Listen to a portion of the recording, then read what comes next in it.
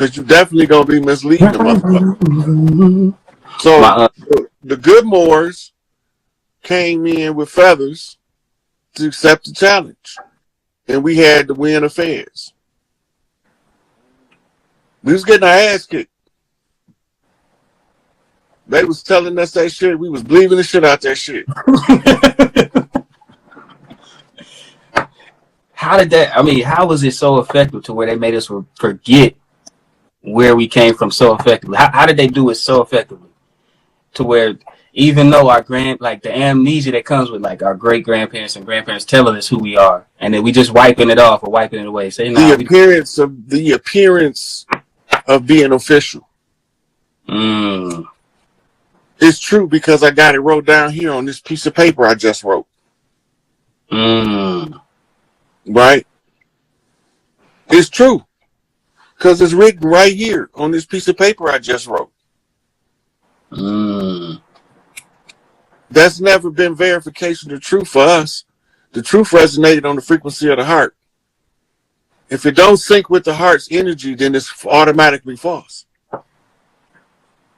The greatest expression of love is to tell the truth regardless of the consequences. That's where that saying comes. You can't manipulate a true man. No. You're right. Even with seduction, like a woman can't even tempt a true man because he's based off of what is right and what feels right, and he already knows what's right and wrong. He's already made that determination a while ago. Yeah. So, like for me, when I came across the information more, like when I first started getting into learning the rights, the system and learning your rights, that was one of the first things that I came across was the Moorish doctrine and everything that came along with that. But it just never resonated with me for some reason. I had a few people around me like, oh yeah, I'm going to change my name to Bay this, L that. And I was just like, I don't know about that, bro. I knew when I first seen Noble Drew Ali, I didn't remember him like that. I recognized the face. I did not remember the head wrap. I do remember seeing him with plumes of feathers. I don't never remember seeing him with a turban on in past lives. So you think they hijacked him? He was part of the war. He had to go into their system, into the Scottish Rite. He went and sat with more Zionist Jews in New Jersey to find out what they were doing. We didn't know what they were doing to us. So then when he said he put all of their secrets in the public domain, they made it where we can read, what Chiefs now can read this shit. To find the alchemical name. The name had to be alchemically charged over a period of time. Now, in order to have the 100 monkey effect, in order to make the vibration of this planet uninhabitable for this beast, I had to figure out a way to get the people to chant the word, more free us. More free us. I had to figure out a way. So I attached it to the music industry. Turned it into a rhythmic tone, because the sacred tones is the key to all this. When you intone the correct vibration, it all comes crumbling down on his head. He can't control us with this wickedness. Now we all know that the human seed was corrupted, and this is how, like the Saudi family, have those who wish to do Mother Teresa type work with all that surplus wealth, but then you have those who wish to look at it in a vault with big eyes and be like, oh my, I'm rich. Now, the ones who want to do the Mother Teresa type work need to be in charge of the money. The other ones need to be beheaded. But that's not my responsibility. That's up to the people of the Saudi to deal with their royal family, because they need to weed out the imposters so that the people can live comfortable all over Saudi Arabia. It's the same with every one of those countries. Now, you got outside forces interfering in your personal business. You got outside forces interfering in your personal business. And the reason why this is y'all all have a common religion called Islam. And this common religion of Islam, y'all used to have something called the Caliphate. The Caliphate could enforce the Sharia law. Well, we had a Sharia law over here, and they have our Mufti, Angel Bay, indisposed, so we can't exercise our rights to our Sharia law under the Moorish Empire because they've divided us so terrible. But Malik Angel Bay is our chief Mufti. He is the one in charge of enforcing the law here. What do? Accuse him of terrorism, as they always do when somebody righteous try to do something right. They villainize him. So, whatever his order be to his people, I'm gonna get out the way. I just hope that it be a peaceful motion first. You see. Then we had a statesman, and he was to teach us business and how to interact with one another. And this man was supposed to teach us how to carry ourselves in unity and to be able to break the barriers. And we call him Larry Hoover. Larry Hoover is our statesman and our diplomat. They put him in prison, and he was about to come home. They fabricated cases. Now, everybody with a drug case, y'all need to understand something.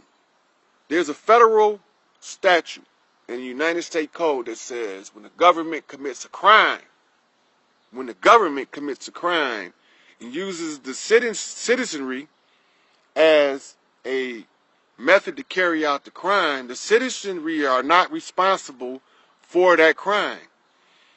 In other words, everybody with a dope case is in direct violation of every portion of your United States Constitution because they are agents of the government and they're not supposed to be punished. They're supposed to have qualified immunity for anything narcotic related because the government is the ones bringing the narcotics.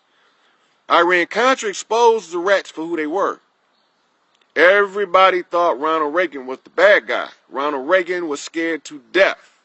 They did not tell you Nancy was forced to keep him sedated for the remainder of his life so he could never tell the story about George Herbert Walker Bush and his role with Central Intelligence in bringing all this drugs over here. But Iran-Contra Senate hearings will show you where I don't have to prove it. They proved it to you before I even said it. This should automatically have every drug case brought to the surface. And everybody with a drug case acted as and to this day, act as an agent of government. You can continuously prove this because George Walker Bush right now still got troops guarding opium fields in Afghanistan. They still there. Why are they doing it? Now, let's go a little bit deeper.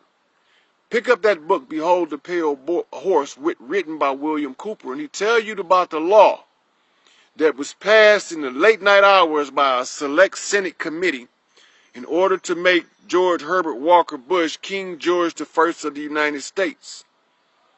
We count them backwards. Understand me? You have to count them backwards because it was started from King George III. Count him backwards. He was supposed to have the reins. 9/11 was their coup de grace. 9/11 was done by Dick Cheney, Donald Rumsfeld, George Walker Bush at the command of George Herbert Walker Bush in the act of treason. Bill Clinton, George Herbert Walker Bush's adopted son, was in on it in as much as he knew what was going on and continued to keep up the charade. So what do we do about this? We find a righteous man somewhere. We let him kind of like villainize him, but not really. Kind of like make him look bad, but not really.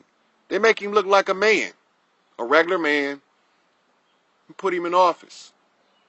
And when they put him in office, they say, we'll put you in office and we're going to give you this job. And you're going to have to drain the swamp. But You have to let the people believe you still following the agenda of this wicked bastard so that we can overthrow this tyranny that's suffocating everybody on earth. We looked around and there was a very eloquent supporter of Ronald Reagan and dear friend of his that loved him greatly and mourned him for a very long time, even while he was alive, because he knew what they were doing to him and he was under the threat of death. He was bound to silence. I'm not part of no organization that can threaten me. Everything that I'm part of is about redemption and righteousness. So we trained him. I tried to tell y'all, you see, we sent him to Vincent Kennedy McMahon to be seasoned in learning how to be the bad guy. So you go back and you watch wrestling, you see Donald Trump in wrestling beefing with Vincent Kennedy McMahon, learning how to be a heel. He had to learn how to be the bad guy because he's not really a bad guy. But he had to play the role. See, in order to catch a serpent, you might have to play the serpent. In order to catch a thief, you might have to play the thief. And this is all part of life. And this is all part of the way that, hey, how you doing? This is all part of the way we get from under this tyrant. So he drained the swamp. This side of the water, but we have swamplands all over the world. So when he drained the swamp, all right now, when he drained the swamp here, Vladimir Putin drained the swamp there. Nobody wanted to talk to North Korea because they went right from day one. It's not that South Korea wrong. South Korea was sequestered from North Korea in an attempt to split the nation, and they did it. But North Korea had a backer in China that kept the wolves at bay long enough for me to expose the fraud. And so when Donald Trump went to go talk to him, he told him, we don't have to keep it up no more. He is here. He's going to set the record straight. So the Vietnam War was about a $1 bet. All of those people suffered in Vietnam and died on both sides of the conflict was about a $1 bet between billionaires. It's all documented, and it's a parody of it called Coming to America. The two old men, it's not hard to find. Now, once this is exposed to the public in a sufficient format, I'm going to go back, pool all my resources, and I'm going to show you where every reference is for everything I'm telling you. They all know. Now, it's a problem I got here. Problem I got with entertainment.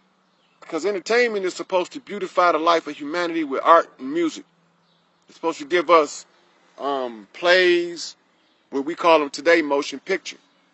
It's supposed to give us stuff to give us a break between work and during our work phase of life where we are beautified in the mind and the heart to keep us into a loving state, in an uplifted state. Next thing you know, here comes Zionists. Well, who the hell are they and where they come from? Now, they're like, you anti-Semitic. I don't even know what that is. I can't find Semitics nowhere in history. How can I be against something that don't exist?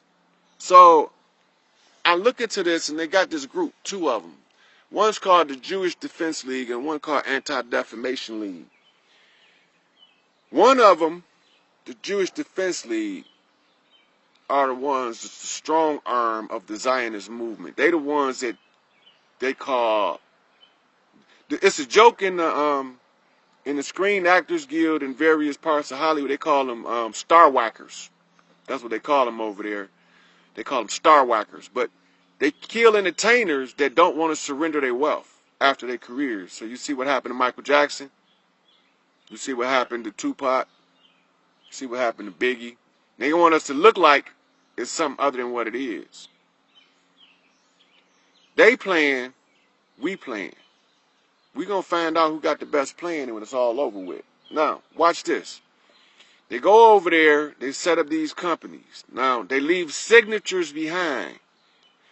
The Metro-Goldwyn-Mayer, MGM Studios, are are very closely related to Golda Meir, who was one of the prime ministers of what we call Israel today. And they take the money from people to earn it because they feel entitled. This entitlement shit is bad, man. This is horrible. We got to get that out of the minds of the people. Nobody ain't entitled to nothing they don't earn. The only entitled person is an adolescent child. Nobody else is entitled. An adolescent child didn't actually be here. But by the time he becomes a teen, he begins to learn how to take on the responsibility as himself. When he becomes an adult, he begins to learn how to enter into the work field and provide and produce. But some of them excel at an earlier age, so they need a different format. The educational format is controlled. If you get the book, The Protocols of the Learned Elders of Zion, it's the entire blueprint. Now, I'm going to assemble my team of researchers, and I'm going to pick it apart for y'all and show y'all, because I already did it myself, so I know everything in it there that they said they had to control the world, they already did.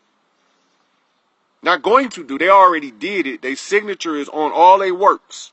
So they need to be compensated for their unjust works with justice. They need to be compensated for their unjust works with justice. So now, what do? We go to Hollywood and we get rid of the Jewish Defense League's positions of power. They don't need to be there. But this is how we going to do it so it don't cause too much disruptions in the day-to-day life. Every one of them, like example, I want Ted Fields to have to get in the UFC cage with Suge Knight and see how he fare. I want David Kenner to have to scrap with Dr. Dre and see how he fare. No, Harry-O. Send him in there with Harry-O in the joint. Let him go down there and fight Harry-O. See, Harry-O in there on some BS. You see? But he ain't no fool. So they take his money and start companies with, and don't want to pay his money back to him that he earned by working for the government in sales and distribution. Working for the government. He can't be in prison for working for the government. It's not a crime to work for your government. That's patriotic at heart. He was working for your government. The same with Freeway Ricky Ross. He was working for your government, but when Russell Poole exposed him, now they got to lock him up because the government don't want you to know they behind it, because then you're going to start asking questions. When you start asking questions, you're going to find out that it's a rogue faction of government. We've been infiltrated. Well, when did it happen? Go back. Dwight D. Eisenhower, leaving office, his farewell address, he told you about military-industrial complex and the potential of its power of oppression of all people on earth. America has assembled its military force to call the Leviathan force around the world under the military-industrial complex. Now, if you know your biblical text, you know what the Leviathan is, the great beast. You know what it is. You know who is behind it. But it ain't the people of America. It's a rogue faction within the government of America that's pushing this agenda. What do? We drain the swamp. Now we gave Donald Trump a job to get the imposters out at high levels of politics, and he exposed Hillary and her husband, William Jefferson Clinton. And he exposed, he haven't exposed them, but he is addressing it, has addressed it. Your Bushes, your Rumsfelds, your Cheneys, they all know what's up. They all in on it together. There's only one of these jackals I ain't quite figured out yet, so I'm not going to put his name in here. Because it looked like, but he might have been going to the right. So I'm not going to mention him. I have to talk to my elders that know him better than I do in order to determine if what I see is really what I see. Because at the close of the age, as you get closer to where I'm at, more deception is exposed, so the righteous have to use a greater deception than the deceiver. So sometimes the misdirection is confusing. I could go do the math on it, but I haven't done it yet because I don't want it really to be true, and I want to give the people an opportunity. Now, politics, as we see it, is corrupt. It doesn't work like that. It doesn't work like that. It's corrupt. We need to revamp the whole system in every nation around this planet.